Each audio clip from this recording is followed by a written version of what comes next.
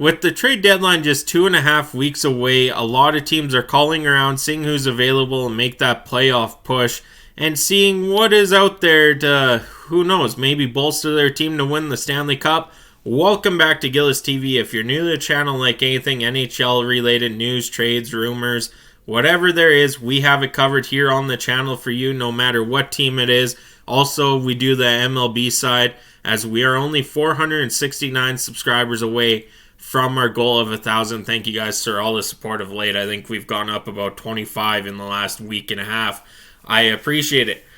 Now, we're going to talk about the Edmonton Oilers today. And yes, I am wearing an Oilers hoodie. I am an Oilers fan. And a lot of names have been thrown around for a top 6 winger. Well, just a few years ago, even last year, it seemed like our offense was unstoppable. The Oilers offense could do this. You know, it's all goaltending and defense we have to worry about because we know how to score. We're outscoring teams and we're winning games. That's all that mattered in oil country. And now we're talking about adding another top 6 player after everything we've just been through the last 2 years, and it's needed. The defense has been playing decent as of late. Of course, they played really well on that 16-game winning streak. Stuart Skinner's having up and down moments, but has been solid. Calvin Pickard, solid backup option for the Edmonton Oilers. He's been playing amazing, getting his time in. Now, a couple of names thrown around oil country has been Boone Jenner, Jordan Eberle. You know, we've seen Adam Henrique's name, and we've seen this name a few times, not as much as those. Vladimir Tarasenko. I'm going to read you an article due to the fact that's why I'm doing this video, and see, I'll give my take on it. So as the NHL analysis and insiders continue to try to find the perfect trade matches for a top candidate on the market, a new trade proposal in The Athletic on Tuesday would see top 6 forward Vladimir Tarasenko joining the Edmonton Oilers from the Ottawa Senators. Harman Dale and Max Boltman write that the Russian forward is quite suited for the Oilers as a complementary piece at 32. He's showing that he could still deliver this season on a season that he has 15 goals, 37 points in 50 games for the Ottawa Senators, with a plus-minus of a plus 14 in just about 16 minutes of ice time per night.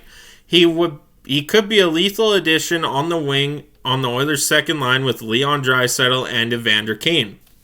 And the best part, according to fellow Athletic hockey insider Pierre LeBrun, Tarasenko would be open to waiving his no-trade clause to come to the Edmonton Oilers. Dale and Boltman suggest a deal would send the Senators sniper to the Oilers with 75% retention. I'm going to stop it there for a minute. Yes, I know you can only do 50% retention per salary or per contract. Just hold on. It will explain what they're going to say. On his 75% retention on his $5 million cap hit, that would send a 2025 fourth round pick to a third-party team, and the extra retention plus a 2024 second-round pick and a sixth-round pick to Ottawa. So they're proposing a second and a sixth to Ottawa for 50% retention, and then using a fourth for the following year to a third-party team, which I have expressed in a different Oilers video where if the Oilers were to do something, it has to be money in, money out, but it doesn't have to be serious money going out. It could be a pick to get a team to retain some more. Edmonton currently has just under $1.7 million in available cap space, but that could reach $2.3 million by the deadline according to Cap Friendly. Tarasenko had a decent run with the New York Rangers after they obtained him at mid-season last year, recording 21 points in 31 games. And the Oilers could hope for that and more with the supporting cast he'd be given with on the second line. Don't get me wrong. We have a bunch of goal scorers on the Edmonton Oilers roster. That's not the problem. Is they like to pass too much, and I know I've seen comments in streams of the Oilers Fanatic, Dolany TV, Facebook, how this team just overpasses. Vladimir Tarasenko is a pure goal scorer. He will take those shots. I believe Vladimir Tarasenko, there is one other name I would put above Tarasenko in this, but Tarasenko would be a huge addition with the elite passing of Leon Draisaitl. He just has to get open. He likes to one-time it and whatnot. and could be a really good addition for the Edmonton Oilers. Of course, I said there's one name over top. We've all wanted him since pretty much the deadline last year. That's Patty Kane. We'll see where the Wings are at the trade deadline. That's the rumors going around. That's the news I keep seeing is the Wings are holding off until the trade deadline to see if they have a real shot. I believe they might be still in that second wild card spot or just out of a wild card spot. So right now I haven't checked today or the last 3 days because I've been busy with family day stuff with the kids. But if the Red Wings are in contention, I think Vladimir Tarasenko is the number one option for the Oilers on the wing. If you are going down the middle, I would say Boone Jenner over Adam Henry. Both can kill penalties. Just Boone Jenner can score. He is a purified goal scorer. I would like to add both, but with the Oilers' salary cap problems, that's not going to happen. But Vladimir Tarasenko for a second, a sixth, and a fourth.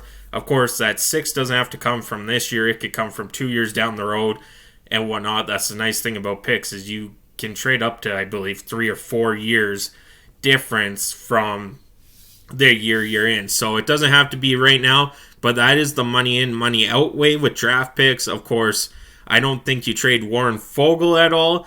That is one player that's in our bottom six that is scoring. And I know I said in a video and people said, well, a goal every 2 games is too much for the bottom six. Realistically, it's not. If you do the math, your bottom six consists of, we'll say 7 players because the one that's always scratched. So 7 players. That's 41 goals a year that they have to score if they score a goal per every 2 games.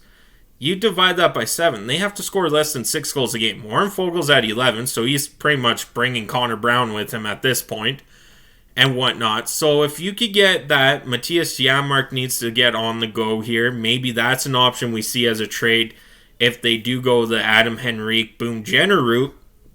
At Janmark might be the one out because he hasn't produced offensively, and it sucks that we kept him over a couple other names and signed Brown and whatnot. But that is it for me today. Sorry, getting a little bit dizzy here. But that is it for me today. Thank you so much for tuning in. I'm Gillis TV. I'm on out of here.